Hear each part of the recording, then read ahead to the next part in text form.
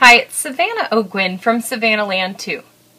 Today I want to share how I created a chipboard die cut from a paper Smooches die and then used this to make an embossed image on my project. This is a great technique for all of your paper Smooches dies. It adds a subtle design and texture to your card. Now I used this embossing technique on this card, which was featured in January for the Paper Smooches CHA new release hop. What I did was I found a video about dry embossing with die cuts, and I decided to use these steps to create my own design. Dry embossing with die cuts is the base for this technique, and it's really simple. Now the finished project can be two ways. Regular embossing is where the image has been raised from the back. And you can see that in this example right here. Or you could also have reverse embossing where your image has been embossed from the front and pushed down into your cardstock. And I've used both of these techniques for my creations today.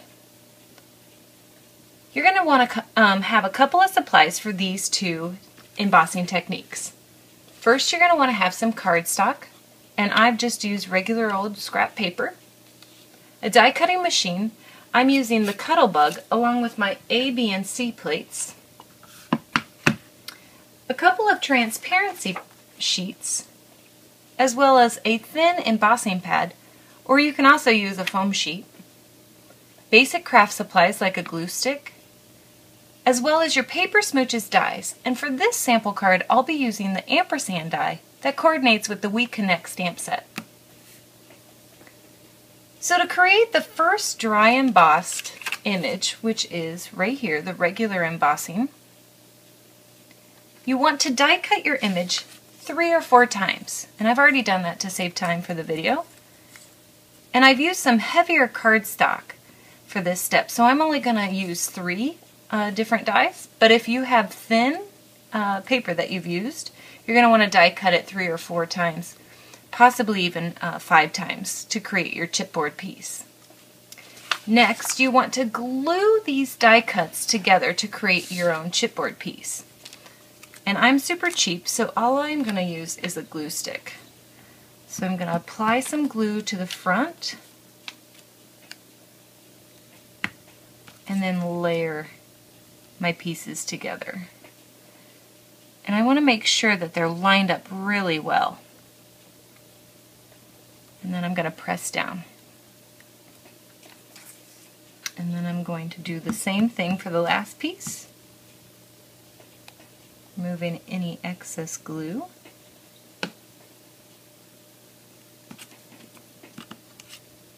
Now that your chipboard die cut has been created, you want to use this as your embossing piece.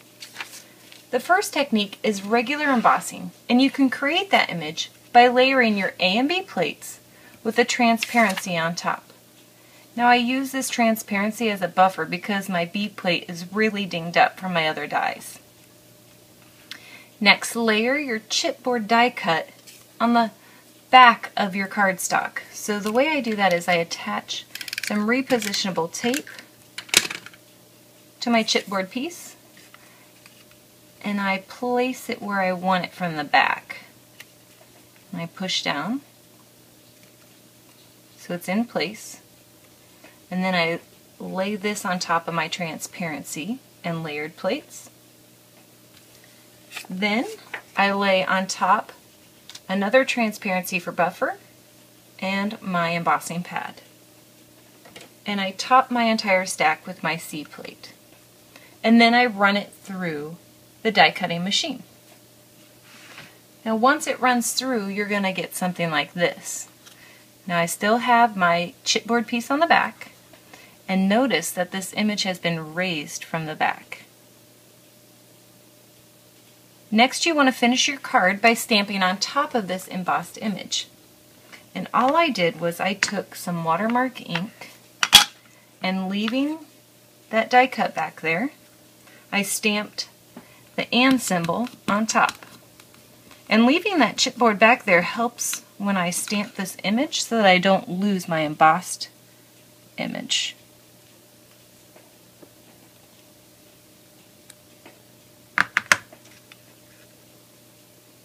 And now you're finally ready to finish your card.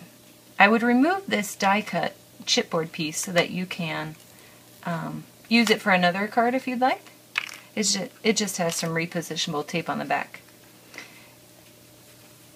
And here's my original, and I have raised it up using foam dots, and then I took a glazed pen and glazed my stamp as well as my heart for extra pop. Now for my second card, I use the reverse die cutting technique, and that is done by pushing the image down into the card. Now this card set was made for my husband who works at Walgreens, and I wanted to use their new slogan or phrase, "At the corner of happy and healthy," so I decided that this card would have a corner of happy and healthy, and then I reverse embossed that ampersand symbol in the center. Now to do this technique, you're going to want to have the exact same supplies and do everything the exact same, except when you layer your cardstock down, you're going to want to layer your chipboard piece on top of your cardstock instead of from the back. So you're going to layer your piece. I put the repositionable tape on the wrong side. You're going to layer your chipboard piece on top of your cardstock, on top of your transparency, on top of your A and B plate. Place another transparency on top, as well as your embossing pad, and then top that off with your C plate and run that through your die cutting machine. And when you do, you will get a reverse dry embossed image. Now you can stamp right onto this. You don't need to have a chipboard behind it. You can just stamp right onto your paper for this image. And that's how I created my reverse dry cut cards, as well as my regular dry embossed images. Now I hope you will try creating some chipboard die cuts for regular and reverse dry embossing. Please leave a comment below with a link to your creation or project. I'd love to check it out. Thank you so much for watching.